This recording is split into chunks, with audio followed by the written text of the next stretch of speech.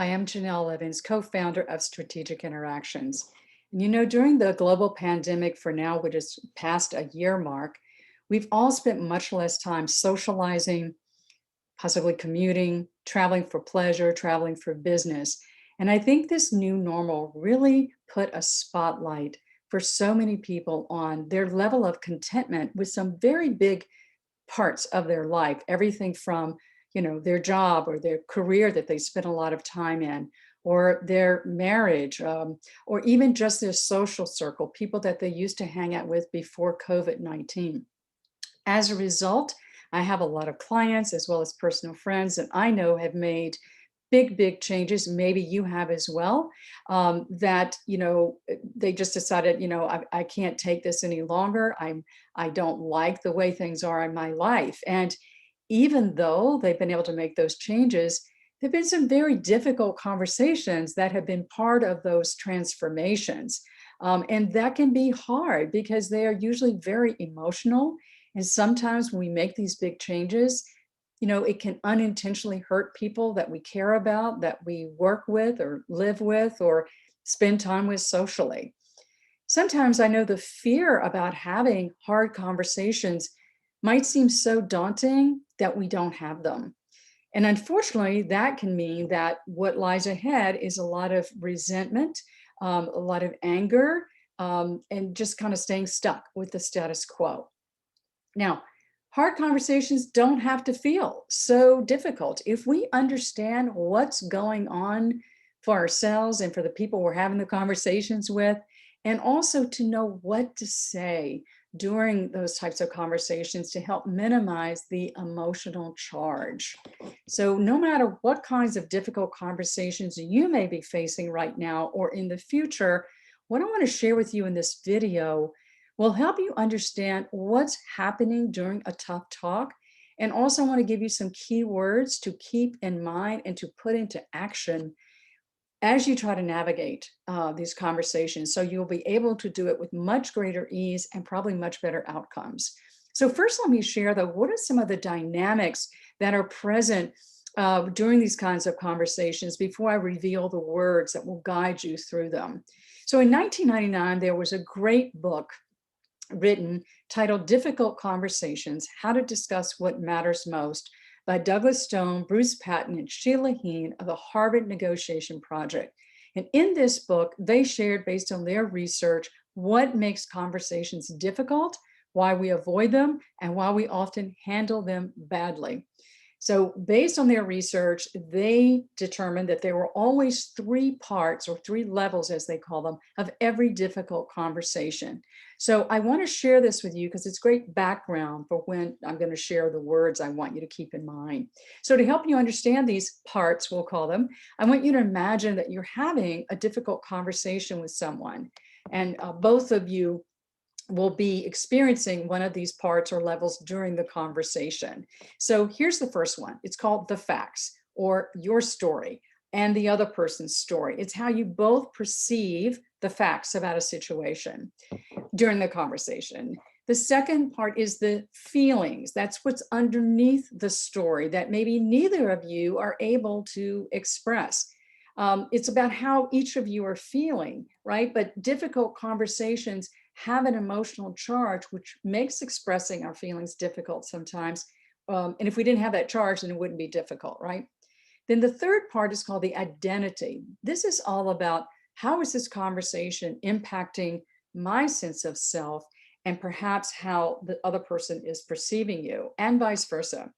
So we don't have time in this video to do like a 3-hour workshop where we really drill down into these levels and do practice sessions with how you acknowledge these things are going on, and the language and all the different things you can do to help navigate them.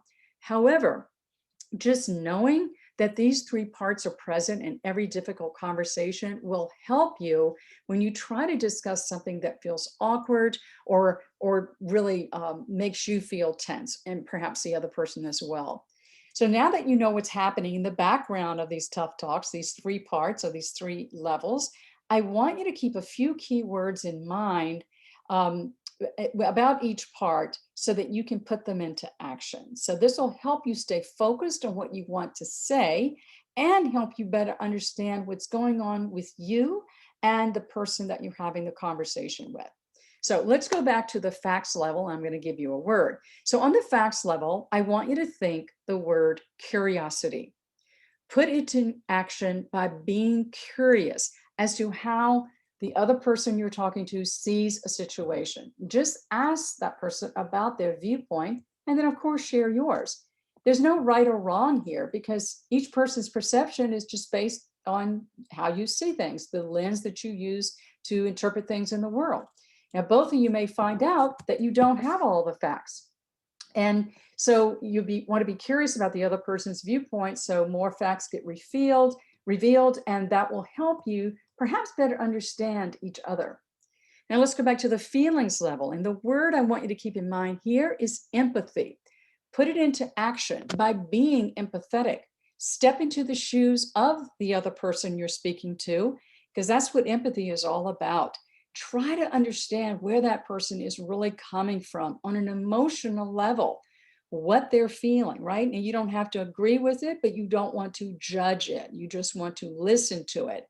So, and even if you're not having a lot of emotion, the person that you're talking with may have a lot of emotions that need to be expressed. So, actively listening and showing concern and understanding without judging what that person is sharing with you will lessen the emotional charge in this difficult conversation. And then both of you will be better able to hear each other.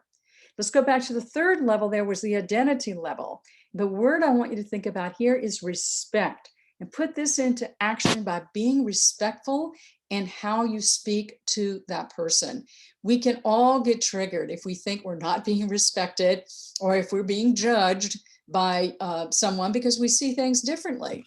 So being as respectful as possible in what you say and how you say it, even your voice tone can really have an impact here. So as you're listening to different perspectives, just keeping everybody engaged in the conversation by keeping respect in mind will go a very long way.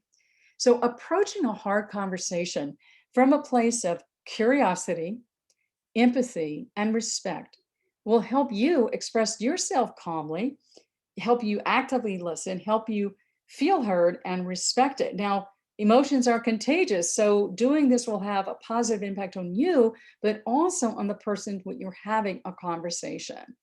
So why does any of this matter? Well, in life, if we avoid having hard conversation, there is a lot at stake.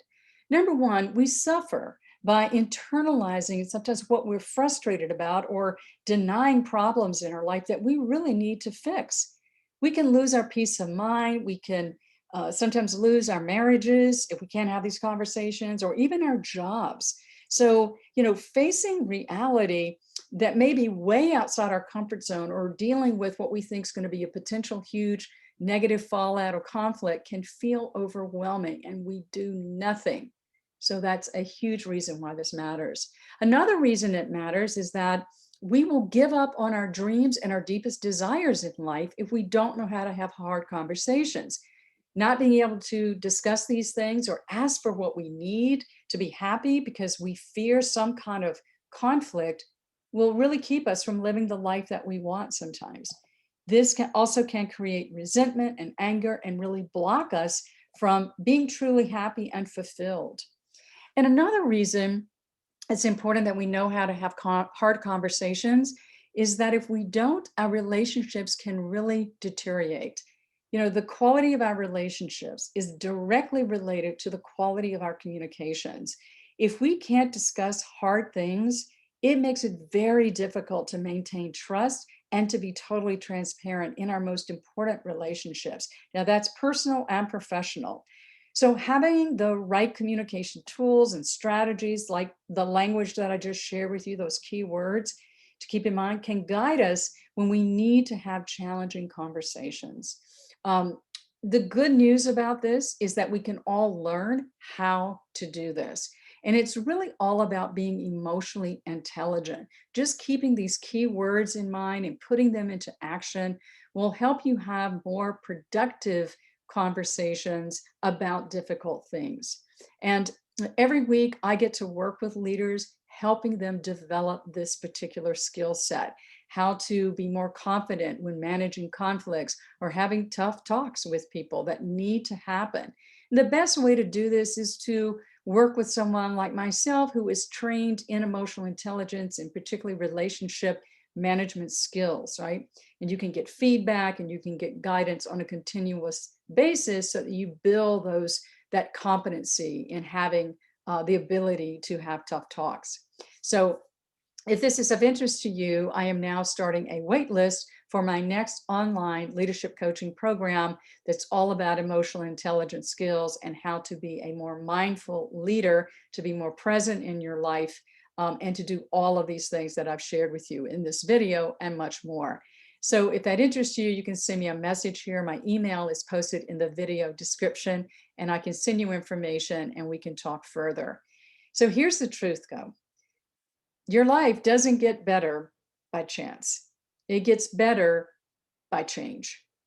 And I know that can feel hard, but it is truly up to each of us to keep learning and growing and developing, particularly our communication skills, so that we can navigate, which is the inevitable, difficult conversations that are part of an amazing, fulfilling life. Thank you.